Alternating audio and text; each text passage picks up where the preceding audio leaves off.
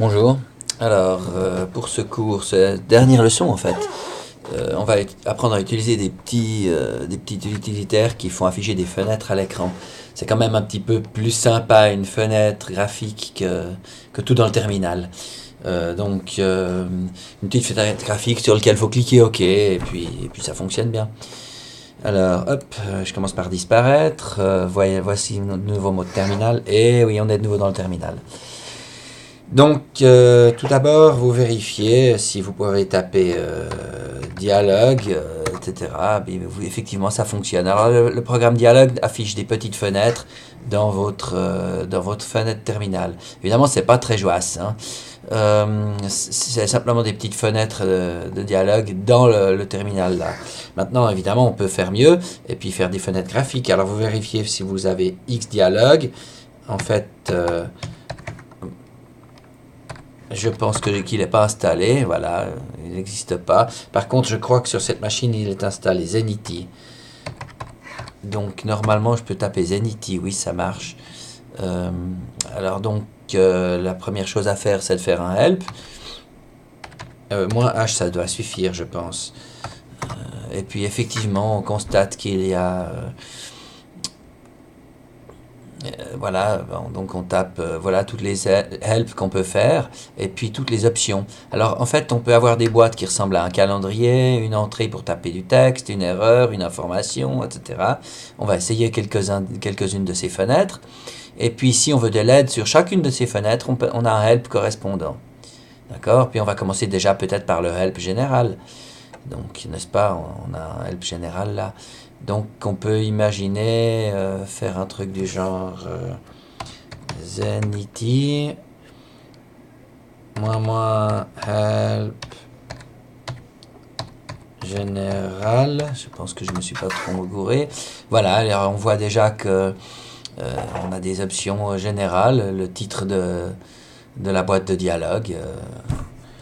Alors, je vais mettre pourquoi pas Zenity titre égal. Hop, j'y arriverai. Égal, puis je vais mettre ça entre guillemets. Je vais l'appeler fenêtre, ma fenêtre. On va pas chercher beaucoup, pas chercher très loin. Et puis ensuite, on va prendre simplement une fenêtre, une information tout simplement là. Donc si je mets ça, moins info, j'ai une petite fenêtre qui apparaît, elle s'appelle fenêtre. Tiens, j'ai mis un accent grave au lieu d'un accent circonflexe. Puis voilà, ça c'est comme j'ai pas mis de message, c'est le dernier message qui a dû être utilisé sur cette machine, n'est-ce pas? Donc vous constatez que ça met un message, puis j'ai un bouton valider. Puis une fois que j'ai cliqué sur valider, le programme est terminé, le terminal est de nouveau actif. Alors, comme je veux un petit peu plus d'informations cette info là, alors je peux faire help, vous voyez, on peut faire sur help info. C'est cette commande là, help-info. Alors je vais demander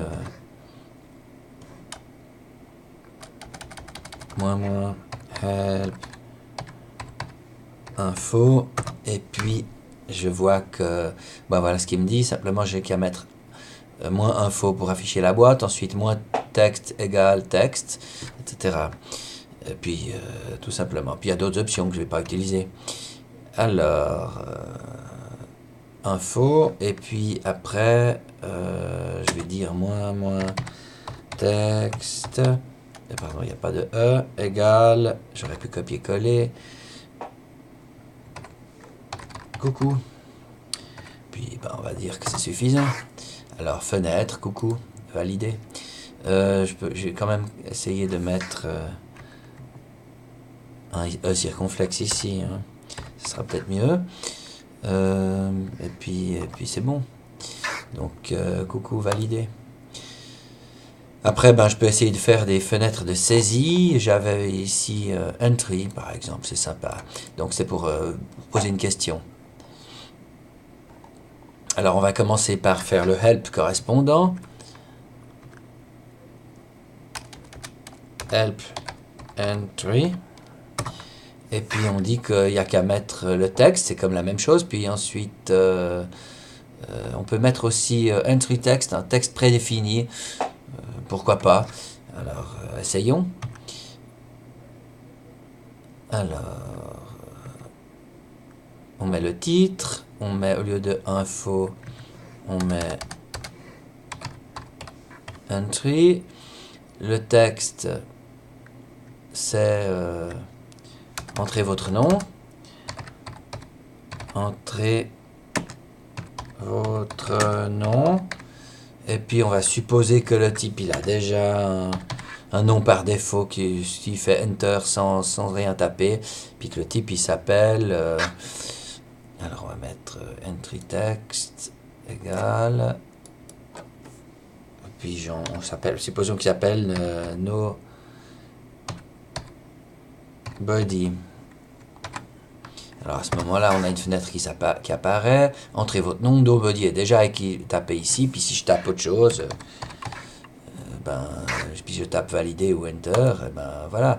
Comme le résultat, il faut bien le récupérer quelque part, il leur donne en sortie. Donc comme il le donne en sortie, le terminal n'en fait rien du tout, il l'affiche à l'écran. Maintenant, si on veut la récupérer, on peut faire aussi le mettre dans une variable. Donc la même commande en mettant devant une variable non égale, et puis j'exécute cette commande. Alors attention, je dois mettre un apostrophe à l'envers si vous voulez, un accent grave, pour dire exécuter la commande, et puis c'est le résultat de la commande qui vient là, n'est-ce pas? Alors je tape pas nobody mais Eric, j'ai pas mis de majuscule, c'est malin, et puis je ne vois rien. Par contre j'ai une variable qui s'appelle non, donc je peux faire echo $, non, hop, il faudrait écrire juste, nom, et puis j'ai bien Eric dans ma variable. Ce qui veut dire que je peux par exemple utiliser la fenêtre pour faire une petite information, pour simplement donner le texte. Alors la petite information, elle est où? Voilà. Et puis le texte, ce sera pas coucou, mais ce sera... Ah bah ouais, je vais mettre un texte quand... Bonjour. $, non. Et puis, ça devrait aller. C'est sympa ça. Bonjour Eric. Voilà, l'ordinateur me souhaite bonjour. Bien, on peut mettre une suite de toutes ces commandes là-dedans. Je vous laisse tester toutes les autres possibilités. Vous voyez, n'est-ce pas, si on fait un help, on avait une quantité assez importante de trucs. Calendar, c'est sympa. Il y a file sélection pour afficher une liste de fichiers, puis on doit simplement cliquer dessus pour sélectionner un fichier. Ça, c'est très pratique plutôt que de taper son nom. Il y a une barre de progression, il y a poser une question. En fait, info, c'est entry, c'est bien poser une question, mais la question là, c'est on peut répondre oui ou non, yes, no. Bref, on a un peu toutes les possibilités, on peut même demander un password. Mais bon, cela dit, on peut le faire aussi avec entry. Bref, il y a beaucoup de possibilités, je vous les laisse découvrir vous-même. Bon, on a terminé. Il ne reste plus qu'à afficher ça, par exemple.